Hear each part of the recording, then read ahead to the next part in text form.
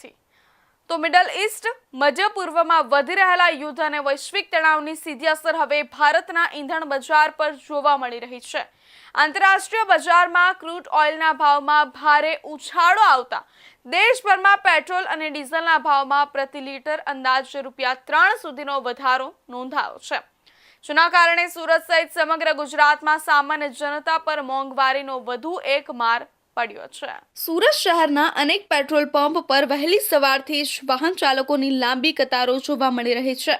કેટલાક વિસ્તારોમાં સ્ટોકની અછત સર્જાતા પેટ્રોલ પંપો તાત્કાલિક બંધ રાખવાની ફરજ પડી હોવાનું પણ સામે આવ્યું છે। લોકોમાં ભયનો માહોલ સર્જાતા મોટી સંખ્યામાં વાહન ચાલકો પેટ્રોલ ડીઝલ ભરાવવા ઉમટી પડ્યા છે। આ વૈશ્વિક કટોકટી વચ્ચે દેશના વડાપ્રધાન નરેન્દ્ર મોદી દ્વારા દેશવાસીઓને ખાસ અપીલ કરવામાં આવી છે કે પેટ્રોલ અને ડીઝલનો સંયમપૂર્વક ઉપયોગ કરવામાં આવે, જરૂરી હોય એટલો જ ઈંધણ વપરાશ કરવો અને બિનજરૂરી વાહન વ્યવહાર ટાળવો તેવી અપીલ કરવામાં આવી રહી છે। ગુજરાત સરકાર પણ એક્શનમાં આવી ગઈ છે।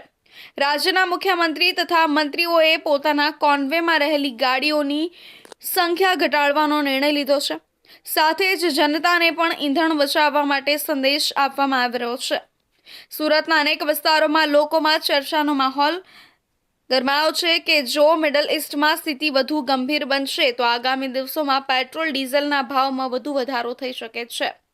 ટ્રાન્સપોર્ટ, ટેક્સટાઇલ, ડાયમંડ અને રોજિંદા જીવન પર તેની મોટી અસર પડવાની ભીતિ વ્યક્ત કરવામાં આવી રહી છે। પ્રધાનમંત્રી હવન બાદ હવે પેટ્રોલ ડીઝલના ભાવમાં તાત્કાલિક બઢોતરીના કારણે લોકોમાં એક રોજ જોવા મળી રહ્યું છે। જ્યારે લોકોએ મોટી મોટી લાઈનોમાં અહીંયા ઉપસ્થિત છે, જ્યારે એક પ્રધાનમંત્રી દ્વારા આહવાન કરવામાં આવ્યું હતું, જે ઈંધણની બચત કરવા માટે લોકોને અપીલ કરવામાં આવ્યું હતું। લોકો દ્વારા એક પેનિક થઈને જ્યારે પેટ્રોલ પંપ પર મોટી મોટી કતારોમાં લાઈનમાં જોવા મળી રહ્યા છે, જેને લઈને લોકોએ અને જે સવારથી જે પેટ્રોલ ડીઝલના ભાવમાં ₹3 પ્રતિ લીટર વધારી દેવામાં આવ્યા છે, જ્યારે લોકો અહીંયા મોટી કતારોમાં જોવા મળી રહ્યું છે। આપણા સાથે ઘણા લોકો છે। क्या कहोगे पेट्रोल डीजल में भाव बढ़ा है, किस तरह के आपके जेब पे खर्चा बढ़ा? बहुत ज़्यादा बढ़ गया भाई साहब, हालत ख़राब है, जेब कंगाल हो चुका है। अभी तक तो कहा काम धंधा भी नहीं बराबर चल रहा है और परिवार संभालने में बड़ी तकलीफ हो रही है। मैं तीन बच्चों का बाप हूँ, 2 लड़के 1 लड़की है। उस परिवार को संभालने में, 5 परिवार संभालने में मेरी हालत ख़राब हो जा रही है। अब आपको क्या बताऊँ, महंगाई चरम सीमा पे हो चुकी है। जिस तरह से भाव कई सालों से नहीं बढ़ा, अभी तुरंत ही भाव बढ़ा, क्या लगता है जो युद्ध चला है उसके कारण भाव बढ़ा है? क्या क्या कहना चाहोगे?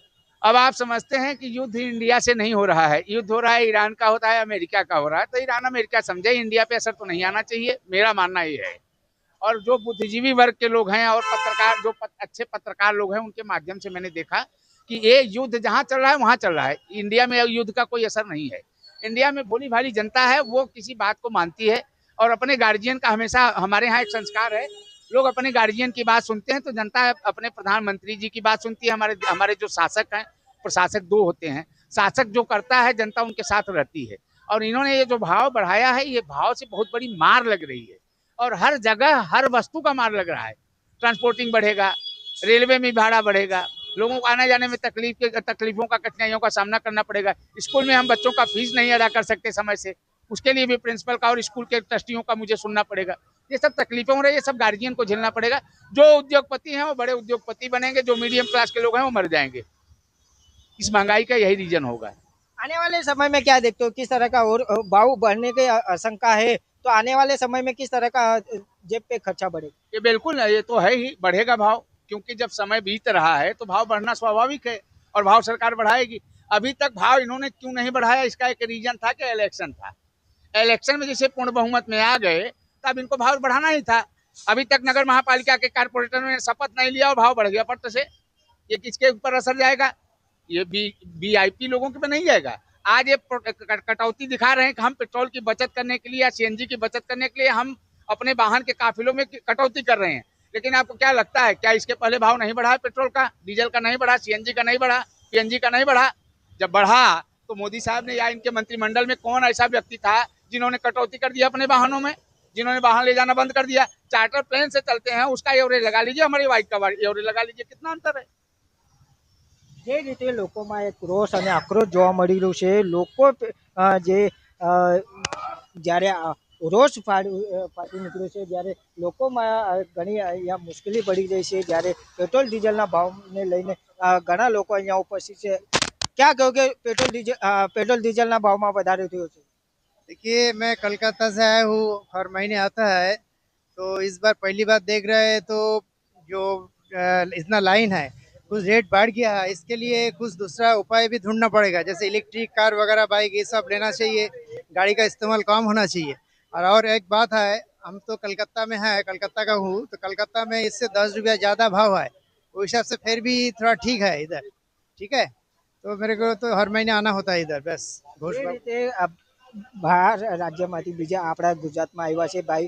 કલકત્તાની વાત કરીએ કે 10 રૂપિયા ત્યાં કલકત્તામાં વધારે જોવા મળ્યું છે, જેને લઈને લોકોમાં બી એક રોષ અને આક્રોશ જોવા મળી રહ્યો છે. જ્યારે જે મેનેજર છે, મેનેજર સાથે આપણે સીધી વાત મેનેજર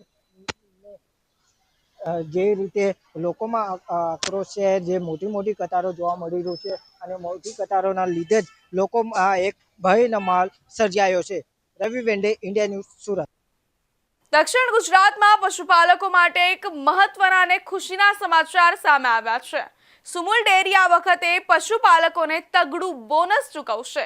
માહિતી પ્રમાણે સુરત અને તાપી જિલ્લાના પશુપાલકોને સુમુલ ડેરી દ્વારા પ્રતિ કિલો ફેટે 120 રૂપિયાનું બોનસ ચૂકવવાની જાહેરાત કરવામાં આવી છે.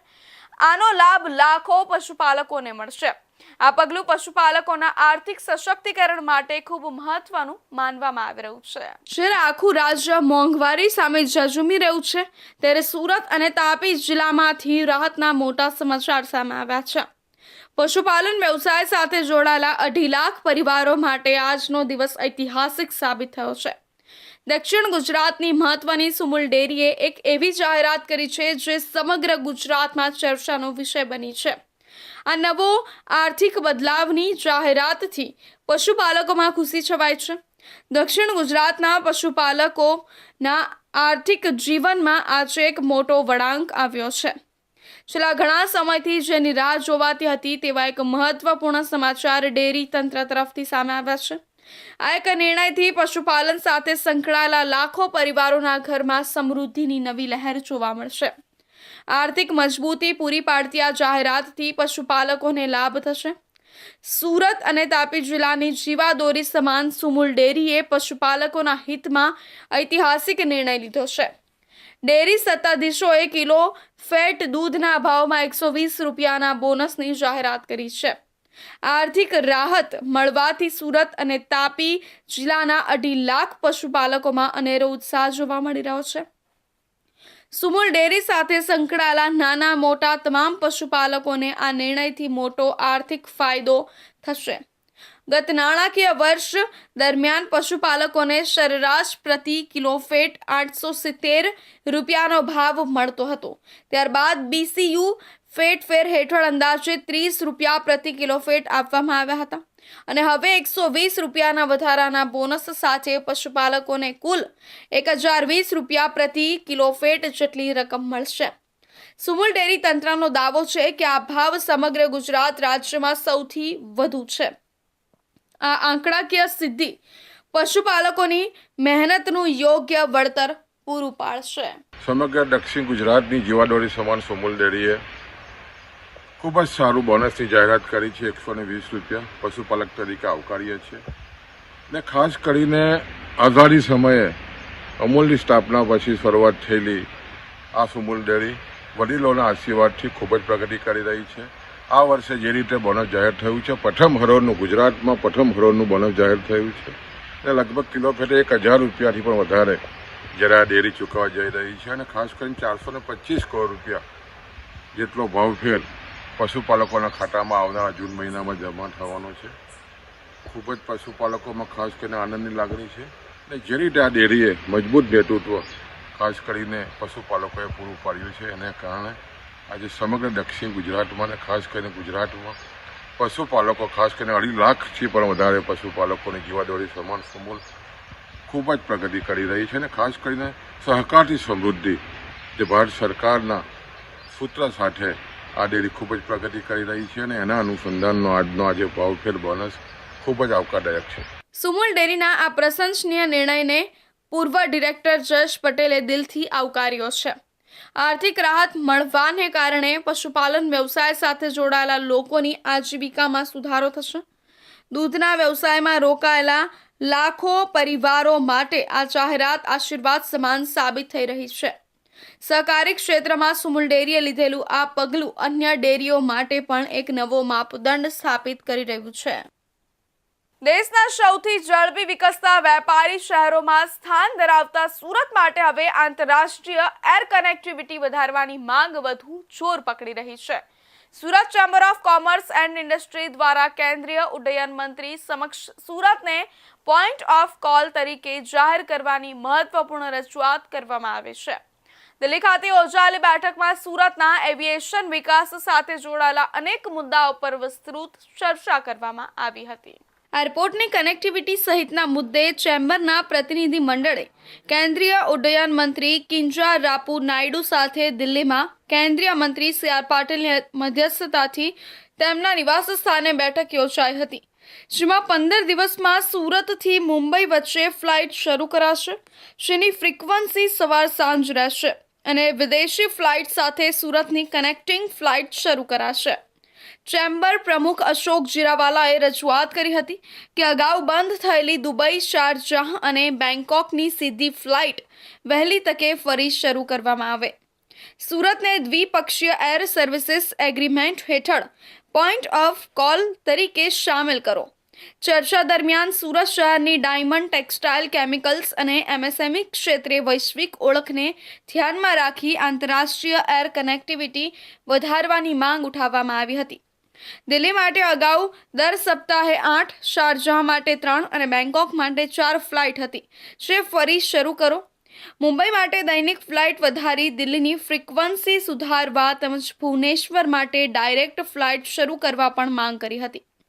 જોધપુર, જેસલમેર, પટના, વારાણસી, કોચી, કોઇમ્બતુર, ઇન્દોર અને લખનૌ સાથે સીધી કનેક્ટિવિટી આપવા રજૂઆત કરાઈ હતી. કેન્દ્રીય જળશક્તિ મંત્રી સી.આર. પાટીલે કહ્યું હતું કે આગામી 15 દિવસમાં સુરત મુંબઈની સવાર સાંજ 2 ફ્લાઇટ શરૂ કરવાની ચર્ચા થઈ છે. આ ઉપરાંત સિંગાપુર સહિતની અલગ અલગ ફ્લાઇટને સુરત કનેક્ટિંગ આપવાની વાતચીત થઈ છે. ઇન્ડિગોના ઉચ્ચ અધિકારીઓ પણ આ બેઠકમાં હાજર હતા. સુરત એરપોર્ટ પર સતત વધી રહેલા મુસાફરોના ટ્રાફિકને ધ્યાનમાં રાખી પીપીપી મોડલ આધારિત આધુનિકીકરણની દરખાસ્ત પણ મંત્રી સમક્ષ રજૂ કરવામાં આવી હતી. કેન્દ્રીય ઉડ્ડયન મંત્રી કિંજરાપુ રામમોહન નાયડુએ તમામ રજૂઆતોને હકારાત્મક રીતે સાંભળી યોગ્ય વિચારણા સાથે ઝડપી પગલાં લેવાની ખાતરી આપી હતી. હવે સમય છે એક વિરામનો.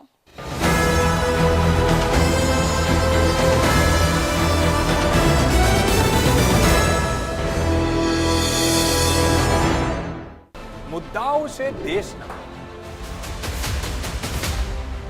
પેનલ પર થશે ચર્ચા, વાતમાં થશે સ્પષ્ટ સંવાદ. અમે લાવીએ છીએ તમારા પ્રશ્નોને મંચ પર.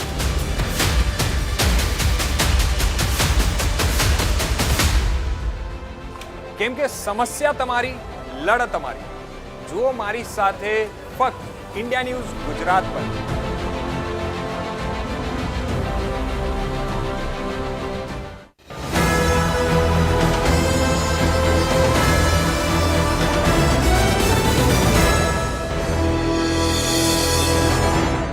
વિરામ બાદ ફરી આપ સૌનું સ્વાગત છે. સુરતની જનતા માટે ટ્રાફિકની સમસ્યામાંથી મુક્તિ મેળવવાના દિવસો હવે ગણતરીના બાકી રહ્યા છે. સુરત મેટ્રો પ્રોજેક્ટમાં એક મોટી સિદ્ધિ હાંસલ કરતા કોરિડોર 2 ઈસ્ટ વેસ્ટ કોરિડોર પર ટ્રાયલ રનનો પ્રારંભ કરી દેવામાં આવ્યો છે. ભેસાણથી અડાજણ ગામ સુધીના 6.5 કિલોમીટરના અંતરમાં મેટ્રો ટ્રેન દોડતી જોવા મળી રહી છે.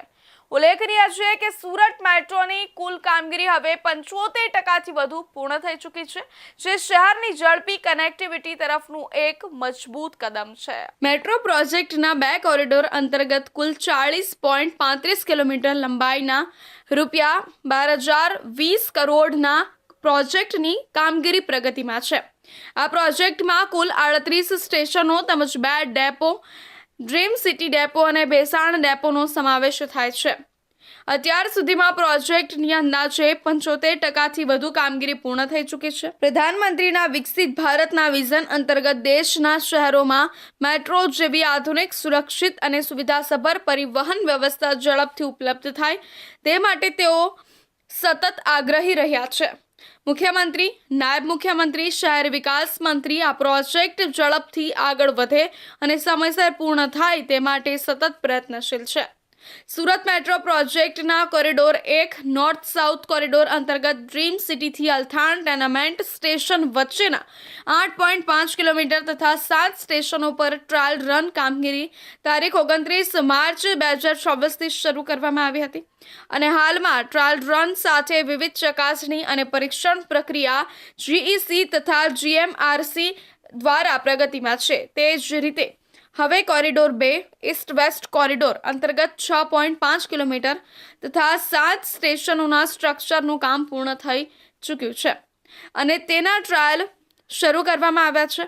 આ ટ્રાયલ પ્રક્રિયા દરમિયાન ટ્રેન રનિંગ આશરે 500 કલાક સુધી કરવામાં આવતું હોય છે તેમજ તેની વિવિધ ચકાસણીઓ GEC તથા GMRC દ્વારા કરવામાં આવશે. ત્યારબાદ RDSO તથા અન્ય રેગ્યુલેટરી સંસ્થાઓ દ્વારા પણ જરૂરી ચકાસણીઓ હાથ ધરવામાં આવ્યા બાદ CMRS દ્વારા અંતિમ સુરક્ષા નિરીક્ષણ અને મંજૂરી પ્રક્રિયા હાથ ધરવામાં આવશે. સુરત શહેરમાં વધતી ગુનેગારીને કાબૂમાં લેવા માટે હવે પોલીસ એક્શન મોડમાં આવી ગઈ છે. શહેરના લીંબાયત વિસ્તારમાં સુરત પોલીસ દ્વારા મેગા કોમ્બિંગ ડ્રાઈવ યોજવામાં આવી હતી. 5 જેટલી પોલીસ ટીમો અને 200થી વધુ પોલીસ કર્મચારીઓ સાથે કરવામાં આવેલી આ કાર્યવાહી ગુનેગારોમાં ફફડાટ ફેલાયો હતો. સુરતના લીંબાયત વિસ્તારમાં કાયદો અને વ્યવસ્થા વધુ મજબૂત બનાવવા પોલીસ દ્વારા સઘન કોમ્બિંગ ઓપરેશન હાથ ધરવામાં આવ્યું હતું. આ ઓપરેશનમાં વિવિધ પોલીસ સ્ટેશનની ટીમો સહિત 200થી વધુ પોલીસ કર્મચારીઓ જોડાયા હતા. પોલીસ દ્વારા શંકાસ્પદ ઇસમો, હિસ્ટ્રી શીટરો અને અસામાજિક તત્વોની ચકાસણી કરવામાં આવી હતી. અનેક વિસ્તારોમાં સઘન પેટ્રોલિંગ, વાહન ચેકિંગ અને ઘરોમાં તપાસની કાર્યવાહી હાથ ધરવામાં આવી હતી. શહેરમાં ગુનાખોરી પર અંકુશ લાવવા અને ગુનેગારોમાં કાયદાનો ભય ઊભો કરવા માટે સુરત પોલીસ દ્વારા આ ખાસ એક્શન પ્લાન અમલમાં મૂકવામાં આવ્યો હોવાનું પોલીસ અધિકારીઓએ જણાવ્યું હતું. કોમ્બિંગ ડ્રાઈવ દરમિયાન પોલીસની તીવ્ર હાજરીને કારણે ગુનેગારોમાં ફફડાટ ફેલાયો હતો. જ્યારે સ્થાનિક લોકોમાં સુરક્ષાની લાગણી વધુ મજબૂત બની હતી. માનની CP સાહેબની સૂચનાથી આવનારા દિવસોમાં સુરત શહેરના અલગ અલગ વિસ્તારોની અંદર કોમ્બિંગનું આયોજન કરવામાં આવનાર છે. જેના ભાગરૂપે આજે લીંબાયત પોલીસ સ્ટેશનથી એમની શરૂઆત કરવામાં આવી રહી છે. અલગ અલગ વિસ્તારોના એરિયા પસંદ કરીને એમની અંદર અમે GP Act 135 મુજબ અને બાકી MB Act મુજબની કાર્યવાહી કરવામાં આવશે. એમાં અમારા અલગ અલગ વિસ્તારોના પોલીસ સ્ટેશનના કર્મચારીઓ, અધિકારીઓ જોડાયા છે અને એમનું જે પર્પઝ છે એમાં અસામાજિક તત્વોના વિરુદ્ધમાં જે કડકાઈથી કાર્યવાહી થાય એ પ્રમાણેની અમારી જોગવાઈ રહેશે. સુરત પોલીસ દ્વારા આગામી દિવસોમાં પણ શહેરના સંવેદનશીલ વિસ્તારોમાં આવી જ સઘન કોમ્બિંગ ડ્રાઈવ ચાલુ રાખવામાં આવશે. ગુનેગારો સામે કડક કાર્યવાહી સાથે શહેરમાં કાયદો અને વ્યવસ્થા વધુ મજબૂત બનાવવા પોલીસ સતત એક્શન મોડમાં જોવા મળી રહી છે. સુરતના સિંગણપોર વિસ્તારમાં આવેલી Patel dairy and provision stores પર વર્ષ 2011માં પાલિકાના આરોગ્ય વિભાગે દરોડો પાડ્યો હતો. આ કેસની લાંબી ટ્રાયલ ચાલ્યા બાદ જ્યુડિશિયલ મેજિસ્ટ્રેટ ફર્સ્ટ ક્લાસે આરોપી માલિક અરવિંદ તાળાને તકસીરવાર ઠેરાવ્યો છે. કોર્ટે નોંધ્યું હતું કે સમાજમાં ખાદ્ય પદાર્થોમાં ભેળસેળનું પ્રમાણ વધી રહ્યું છે, જે અત્યંત ગંભીર બાબત છે. તેથી આરોપીને 1 વર્ષની કેદ અને ₹10,000ના દંડની સજા ફટકારવામાં આવી છે. પાલિકાના પબ્લિક એનાલિસ્ટ દ્વારા જ્યારે ઘીના નમૂનાનું પરીક્ષણ કરવામાં આવ્યું ત્યારે ચોંકાવનારા પરિણામો સામે આવ્યા હતા. કાયદા મુજબ ઘીમાં RM વેલ્યુ ઓછામાં ઓછી 24 હોવી જોઈએ, જે આ નમૂનામાં માત્ર 1.5% જ જોવા મળી હતી. આ ઉપરાંત વનસ્પતિ ઘીનો ટેસ્ટ પોઝિટિવ આવ્યો હતો અને BR રીડિંગ પણ નિર્ધારિત મર્યાદા કરતાં ઘણું વધારે હતું, જે સાબિત કરે છે કે ઘીના નામે માત્ર વનસ્પતિ તેલ અને ભેળસેળ વેચાઈ રહી હતી. બચાવ પક્ષના વકીલે કોર્ટમાં એવી દલીલ કરી હતી કે જ્યારે નમૂના લેવામાં આવ્યા ત્યારે તેમાં પ્યોર ઘી જેવી જ સુગંધ આવતી હતી. વધુમાં તેઓએ જણાવ્યું કે નમૂના લેતી વખતે ઘી ગરમ કરવામાં આવ્યું નહોતું કે હલાવવામાં આવ્યું નહોતું. જો કે વૈજ્ઞાનિક રિપોર્ટ સામે માત્ર સુગંધ કે વાસની દલીલો ટકી શકી નહીં. કોર્ટે માન્યું કે ભેળસેળયુક્ત પદાર્થો દેખાવ કે સુગંધમાં અસલી જેવા હોઈ શકે છે, પરંતુ તે સ્વાસ્થ્ય માટે હાનિકારક છે. આ કેસમાં આરોપી પર ઘી પ્રિવેન્શન ઓફ ફૂડ એલ્ટરેશન એક્ટની કલમ 7 અને 16 મુજબ ગુનો નોંધવામાં આવ્યો હતો. દરોડા દરમિયાન દુકાનમાંથી 7 કિલો ઘી મળી આવ્યું હતું, જેમાંથી પૃથ્થકરણ માટે 600 ગ્રામ નમૂનો લેવાયો હતો. કોર્ટે સ્પષ્ટ કર્યું કે ગ્રાહકોના વિશ્વાસ અને સ્વાસ્થ્ય સાથે રમત કરનારને કાયદાનું કડક ભાન કરાવવું જરૂરી છે, જેથી ભવિષ્યમાં આવા ગુના અટકે. સુરત શહેરની જનતાની આરોગ્યની બાબતોને ધ્યાને લઈને અત્રેના ફૂડ વિભાગ દ્વારા સુરત શહેરની અંદર આવેલ વિવિધ સંસ્થાઓની અવારનવાર મુલાકાત લેવામાં આવે છે અને એમાંથી નમૂનાઓ લઈ પૃથ્થકરણ સારું મોકલવામાં આવે છે.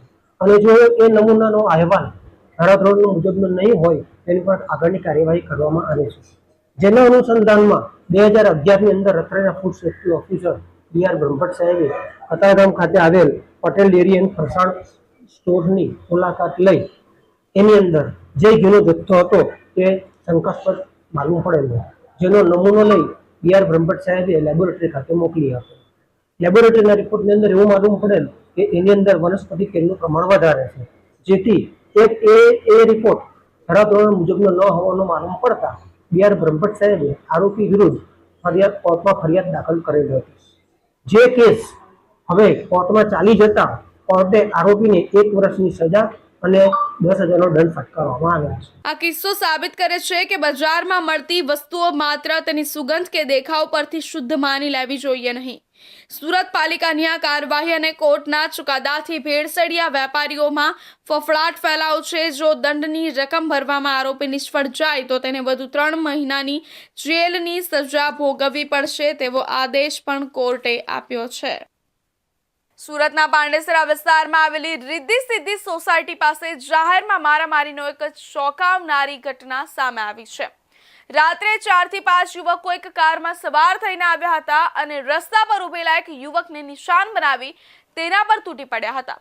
આ સમગ્ર ઘટનાનો વિડીયો સોશિયલ મીડિયા પર વાયુ વેગે વાયરલ થયો છે, જેને જોઈને સ્થાનિક રહીશોમાં ફાળ પડી ગઈ છે. વિડીયોમાં સ્પષ્ટ દેખાય છે કે હુમલાખોરોને કાયદાનો કોઈ ભય નથી અને વિડીયોના આધારે પોલીસે તપાસ શરૂ કરી છે. વાયરલ વિડીયોમાં જોવા મળતા દ્રશ્યો અત્યંત વિચલિત કરનારા છે. હુમલાખોરોએ યુવકને ઘેરી લીધો હતો અને તેને બચવાનો કોઈ મોકો આપ્યો ન હતો. એક શખ્સ યુવકના વાળ પકડીને તેને નીચે નમાવી રહ્યો છે, જ્યારે અન્ય શખ્સો તેના પેટમાં અને મોઢા પર સતત ઢીક્કા મૂકીને માર મારી રહ્યા છે. યુવક દયાને ભીખ માંગી રહ્યો હોવા છતાં અસામાજિક તત્વોનો ગુસ્સો શાંત થતો નહોતો. લગભગ 6 થી 7 લોકોના ટોળાએ મળીને એકલા યુવકને પછાડીને માર માર્યો હતો, જેના કારણે આસપાસના લોકો પણ આ દ્રશ્ય જોઈને સ્તબ્ધ થઈ ગયા હતા. જ્યારે આ મારામારી ચાલી રહી હતી ત્યારે આસપાસના લોકો ડરના માર્યા વચ્ચે પડવાની હિંમત કરી શક્યા નહોતા. જોકે એક જાગૃત સ્થાનિક નાગરિકે પોતાની છત પરથી અથવા સુરક્ષિત અંતરેથી આ સમગ્ર ઘટનાનો વિડીયો પોતાના મોબાઈલ કેમેરામાં કેદ કરી લીધો હતો. આ વિડીયોમાં દેખાય છે કે હુમલાખોરો કેટલી હદે નિર્ભય છે. હુમલો કર્યા બાદ તમામ શખ્સો જે કારમાં આવ્યા હતા તે જ કારમાં બેસીને અત્યંત ઝડપે ઘટનાથી ફરાર થઈ ગયા હતા. આ હુમલા પાછળનું મુખ્ય કારણ જૂની અથવા અંગત અદાવત હોઈ શકે છે.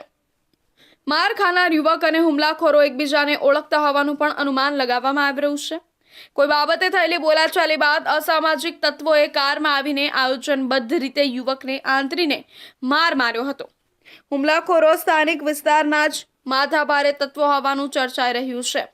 આ ઘટનાનો વિડીયો પોલીસ સુધી પહોંચતા જ પાંડેસરા પોલીસ હરકતમાં આવી ગઈ છે. પોલીસે વાયરલ વિડીયોના આધારે હુમલાખોરોની ઓળખ કરવાની તજવીજ હાથ ધરી છે.